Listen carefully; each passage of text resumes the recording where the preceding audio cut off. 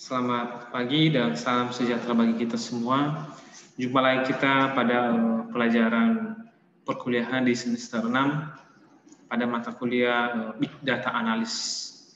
Jadi topik kita pada hari ini, pada pertemuan pertama pada hari ini adalah pendahuluan di mana terdiri atas tiga subtopik yang kita bahas. Yang pertama adalah silabus, yang kedua pengenalan diri, yang ketiga adalah kontrak perkuliahan. Jadi untuk yang pertama adalah mata kuliah ini merupakan mata kuliah pilihan. Saya share screen dulu ya tentang silabus mata kuliah kita. Jadi mata kuliah kita di semester ini Big Data Analysis ini merupakan mata kuliah pilihan. Mata kuliah pilihan untuk di semester 6 ini ada berbagai bidang, ada di bagian IoT, ada Big Data, ada juga bagian computer vision dan lain sebagainya. Jadi di semester 6 ini khusus mata kuliah khusus program studi teknik informatika ada banyak mata kuliah pilihan. Jadi yang memilih Big Data dengan saya selama bergabung pada perkuliahan kita Big Data Analysis. Mata kuliah Big Data Analysis ini adalah tidak terlepas dari lanjutan dari mata kuliah sebelumnya yaitu data mining. Tapi hanya saja pembahasannya itu lebih luas lagi dan kita sudah menggunakan tools atau menggunakan bahasa pemrograman dalam pengolahan datanya. Karena kalau misalnya di Big Data Analysis ini, namanya aja Big Data berarti data yang besar. Jadi data yang kita olah itu tidak sedikit lagi, datanya harus banyak. Karena datanya harus banyak, maka kalau kita olah datanya dengan algoritma langsung, itu tidak mungkin, tidak bisa lagi dengan manual, maka kita menggunakan bahasa pemrograman atau tools untuk mengolah data tersebut. Big Data Analysis selama satu semester ini ada berbagai topik yang kita pelajari adalah sesuai dengan silabus yang telah ditetapkan. Yang pertama adalah pertemuan kita pada hari ini yaitu pendahuluan terdiri atas pengenalan, silabus dan kontrak perkuliahan. Pembahasan kedua kita di minggu depan adalah definisi jenis dan tipe data. Yang kedua Big Data. Yang ketiga, statistik dasar untuk deskripsi data. Yang keempat, data quality. Yang kelima, data processing. Yang keenam, data cleaning. Yang ketujuh, data integration. Yang kedelapan, data reduction. Yang kesembilan, data transformation. Ini pengantar saja di pertemuan kedua. Pertemuan ketiga, topik pembahasan kita adalah fenomena, peluang dan tantangan dari keseluruhan aktivitas yang berhubungan dengan Big Data. Dengan sub pokok pembahasannya adalah pertama latar belakang kemunculan data yang berlimpah, yang kedua sifat data, di mana sifat data itu ada 5 yaitu volume, variety, velocity, veracity, dan value. Baru yang ketiga kompleksitas Big Data, yang keempat siklus manajemen data dan data warehouse. Jadi itulah pertemuan pertama, kedua, dan ketiga kita itu berhubungan dengan teori-teori. Pada mulai pertemuan ke-6 kita sudah masuk ke tools atau bahasa pemrograman yaitu bahasa pemrograman Python. Jadi yang kita gunakan yang kita pelajari di semester 4 itu sudah mulai kita masuk ke toolsnya atau bahasa yang kita gunakan. Jadi makanya di pertemuan ke-4 dimulai dari pengenalan Python, variabel, operasi aritmatika, dan tipe data. Python ini merupakan salah satu bahasa pemrograman atau tools yang digunakan dalam pengolahan data. Jadi baik data dalam bentuk data yang besar, data kecil, dan hasilnya output yang dihasilkan itu sangat-sangat luar biasa. Bisa dalam bentuk gambar, dalam bentuk video, dalam bentuk grafik. Jadi hasilnya itu sangat-sangat visual ya. Jadi hasilnya itu misalnya data yang dalam bentuk angka, hasilnya itu dalam bentuk visualisasi bisa. Jadi yang kita sub pembahasan materinya di pertemuan keempat itu dimulai dari kenapa Python, why Python, baru Python features atau fasilitas Python, baru ketiga Python aplikasi Python, baru versi Python, baru bagaimana instalasi Python, baru pengenalan Jupyter Notebook.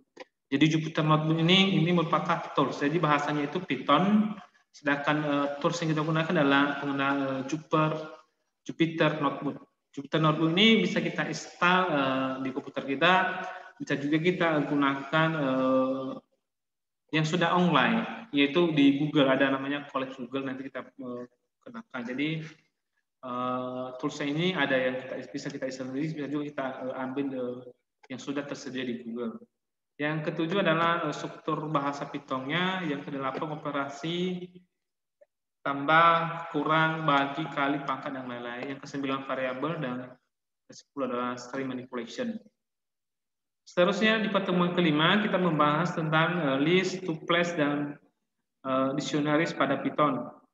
Jadi tiga subtopik tersebut, list, tuples, dan dictionary, yang kita pelajari nanti di sini adalah definisinya dan contoh kasusnya. Masuk pada pertemuan ke-6 adalah kita sudah masuk ke Python libraries.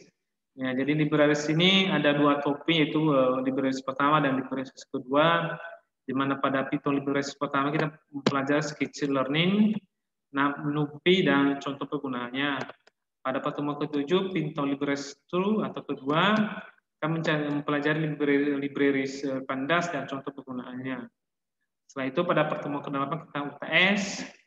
Pada pertemuan 9 kita mempelajari TensorFlow.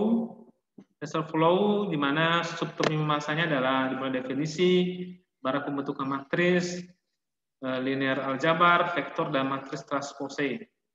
Yang ke-10 adalah TensorFlow kedua, kita pelajari sini adalah tensor reduksi, dan non-reduksi sum, dan dot product. Yang ke-11 kita mempelajari basic summary statistik, jadi dasar statistik. Jadi kita di sini sudah mulai membaca data, maka di sini read, membaca data, menampilkan data, mendeskripsikan data, dan mengupload data, jadi menampilkan data dalam bentuk grafik. Yang ke-12 data processing, jadi kita sudah mulai memproses data, mengecek data yang kosong, ngecek data yang menggabungkan data, menggrupkan data, dan membersihkan data. Jadi ini sudah masuk ke data. Baru mulai ke-12 kita masuk ke-13, maksudnya kita masuk ke aplikasi klasifikasi. Jadi di sini contoh datanya kita proses dengan Python, dan hasilnya itu dalam bentuk klasifikasi. Jadi kita menggunakan Python, dan hasilnya dalam bentuk klasifikasi. Jadi contoh datanya, prosesnya dengan Python, dan hasil outputnya. Jadi termasuk bahasa-bahasanya. Juga pada pertemuan ke-14 kita mempelajari aplikasi regresi. Definisinya studi kasus baru Python untuk regresi, jadi bukan klasifikasi, jadi regresi. Di sini Python untuk regresi. Baru yang ke-15 kita pelajari aplikasi clustering. Definisinya, studi kasusnya, dan aplikasi clustering pada Python. Jadi di pertemuan yang ketiga terakhir ini kita langsung ke implementasinya. Jadi implementasinya itu adalah datanya dalam data, kita proses, baru hasilnya dalam bentuk klasifikasi, regresi, dan clustering. Jadi sebelumnya kita mempelajari ini, hanya saja mempelajari sebelumnya itu kan kita mempelajari aplikasi klasifikasi itu kan banyak. Ini tidak, nanti dia klasifikasinya itu dalam secara keseluruhan. Setelah itu baru pertemuan kita 16 kita UAS atau ujian akhir semester. Jadi itulah silabus kita selama 1 semester ini. Saya berharap kita bisa bekerja sama dalam materi ini. Materi data analis di Universitas Budi Dharma, khususnya di program studi teknik informatika, merupakan mata kuliah yang baru. Oleh karena itu, mungkin dalam penyampaian materi saya, mungkin banyak kelemahan, banyak kekurangan di sana-sini. Oleh karena itu, mari nanti kita bekerja sama di dalam pembelajaran ini. Saya berharap jangan saya diandalkan sendiri, ya adik-adik juga mahasiswa bisa juga belanja sendiri, bisa mencari referensi sendiri, supaya materi ini lebih dalam. Dan ini sangat bermanfaat. Jadi materi ini sangat bermanfaat karena apalagi pada saat ini sudah industri 4.0, semuanya berhubungan dengan data. Jadi sekarang bagaimana kita mengelola data yang begitu besar Dan data yang begitu besar tersebut kita bagaimana cara kita memperoleh informasi dalamnya, pengetahuan di dalamnya. Jadi data informasi yang diperoleh dari data tersebut adalah merupakan pengetahuan yang bermanfaat bagi kehidupan manusia. Jadi oleh karena itu saya berharap materi ini nanti benar-benar kita pelajari bersama karena manfaatnya sangat luar biasa. Terkait kontrak perkuliahan sesuai dengan surat edaran yang telah dibuat oleh rektor, maka untuk Zoom, untuk tatap muka kita adalah minimal 7 pertemuan, dan 7 pertemuan lagi adalah bisa melalui video plus penjelasan materinya dalam bentuk video plus modul. Jadi oleh karena itu baik saya ataupun saudara yang lain sesuai dengan kontrak perkuliahannya kita view Zoom, live Zoom itu 7 kali pertemuan paling tidak. Seterusnya adik-adik saya berharap setiap kita Zoom Anda mematuhi peraturan perkuliahan, misalnya cara berpakaian, ikutilah aturan perkuliahan kampus, misalnya hari Selasa dan hari Kamis pakai baju putih, jadi pada saat itu pakailah baju putih. Begitu juga misalnya hari-hari Kamis, Rabu itu berpakaian pakai kemeja, jadi diikutilah seperti itu. Jadi saya berharap Anda mengikuti hal aturan tersebut.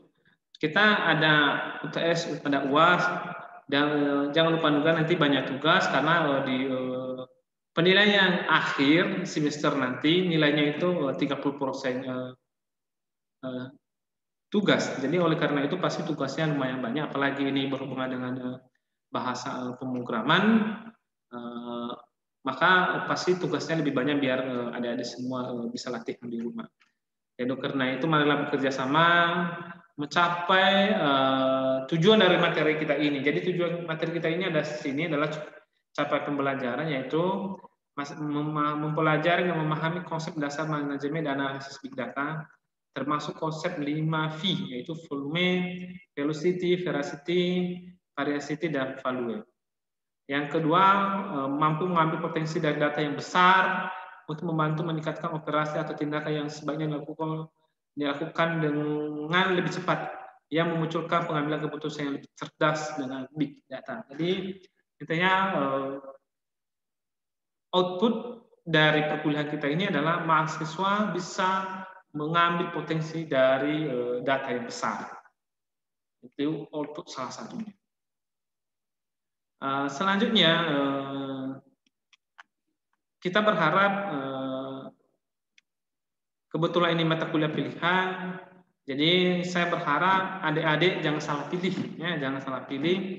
Saya informasikan dari awal, ini berhubungan dengan matematika, ya. Lihat di sini sudah ada deskripsi, statistik. Jadi kita dua yang berkaitan di sini, ada 3 lah yang berkaitan data, statistik, dan programan. Jadi ada 3 yang berkaitan. Jadi kalau misalnya adik-adik ada kemampuannya, misalnya ada statistiknya kurang atau bahasa pemrogramannya kurang, ya lebih baik pilih yang lain. Dan hampir sama susahnya, ya, tidak ada yang gampang. Misalnya IoT Anda pilih yang termasuk susah juga, apalagi Vision juga Anda pilih sama juga. Jadi adik-adik memang saya sarankan ya pilihan Anda itu yang benar-benar Anda pikirkan lebih dulu. Jadi bagi yang sudah mengambil sama saya, selamat. Tapi sebelum lanjut materi ini, siapa tahu masih bisa dirubah atau berubah pikiran, ya silakan. Karena materi ini mata kuliah pilihan, Anda dikasih kebebasan untuk memilih sesuai dengan kemampuan Anda, sesuai dengan minat dan bakatnya. Jadi tidak ada pemaksaan di mata kuliah pilihan. Jadi saya informasikan bahwa ini termasuk mata kuliah yang agak sulit. Sekian yang bisa saya jelaskan pada pertemuan pertama kita hari ini.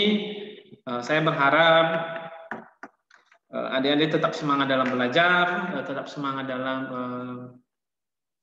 mencapai cita-citanya, tetap semangat dalam menjaga kesehatannya juga, apalagi masa COVID ini.